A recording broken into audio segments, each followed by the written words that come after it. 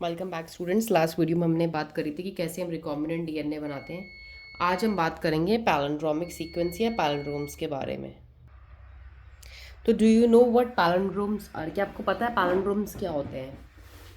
They are group of letters that form the same word when read both forward and backward. ये उन groups का, ये वो letters का ग्रुप है जो कि आगे से और पीछे से पढ़ने में सेम। जैसे कि मैंने लिखा है यहाँ पे मलयालम, तो ये मलयालम है, आगे से भी मलयालम है, पीछे से भी मलयालम है। देखिए, as against a world palindrome where the same word is read in both direction. तो पैलिंड्रोम ऐसे वर्ड है जहाँ पे सेम वर्ड दोनों डायरेक्शन से रीड किया जाता है।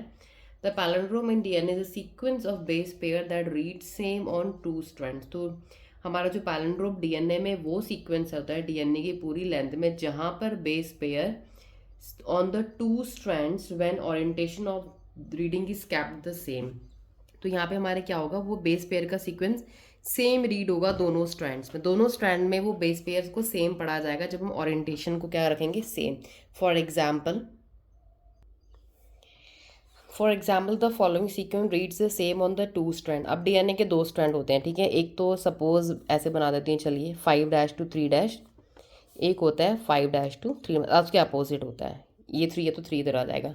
अगर ये दोनों स्ट्रैंड्स ऑफ डीएनए में हमने, अगर हम बात करते हैं, देखिए क्या, this is true if the read in the 3' to 5'। तो अगर हम उसको सीक्वेंस को रीड करेंगे पहले ऐसे, दूसरे वाले में फिर इधर को, तो वो सेम पढ़ा जाएगा। जैसे कि देखिए यहाँ लिखा है गेटैक, GAATTC। 5' to 3' पढ़ेंगे तो गेटैक पढ़ेंगे। अब हम दोबारा से अगर हम इस स्ट्रैंड में इसको पढ़ते हैं तो हम क्या पढ़ेंगे, अब दोबारा उल्टा पढ़ेंगे। इस वाले स्टैंड में 5' to 3' पढ़ेंगे, पहले 5' to 3' ऊपर पढ़ा, अब नीचे पढ़ा, तो क्या पढ़ा जाएगा, वो फिर से पीछे को पढ़ेंगे तो क्या पढ़ा जाएगा, गेटैग। तो ये हमारे होते हैं, ये पैलिंड्रोम्स होते हैं जो कि दोनों स्ट्रैंड्स में इक्वली, मतलब सेम रीड किए जाते हैं बोथ द स्ट्रैंड्स में। Restriction enzymes cut the strand of DNA a little away from the center of palindromic sites।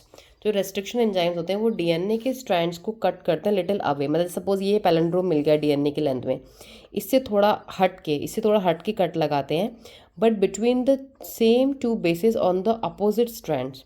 But जो दो बेस पेयर्स होंगे दोनों स्ट्रैंड पे, उन दोनों बेस पेयर्स जो होंगे दोनों स्ट्रैंड पे वो सेम होने चाहिए अपोजिट स्ट्रैंड्स में।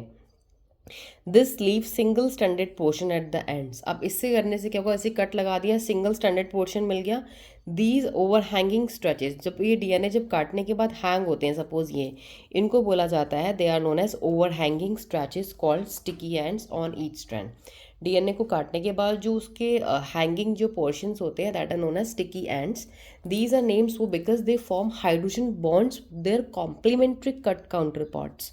हम इनको स्टिकी एंड क्यों कहते हैं, बिकॉज ये हाइड्रोजन बॉन्ड्स बनाते हैं अपने कॉम्प्लीमेंट्री कट काउंटर पार्ट्स के साथ, जो कट हो गए हैं इनके साथ। अब यहाँ बीच में तो क्या हाइड्रोजन बॉन्डिंग से तो दो स्ट्रैंड्स जुड़े होते हैं हमारे।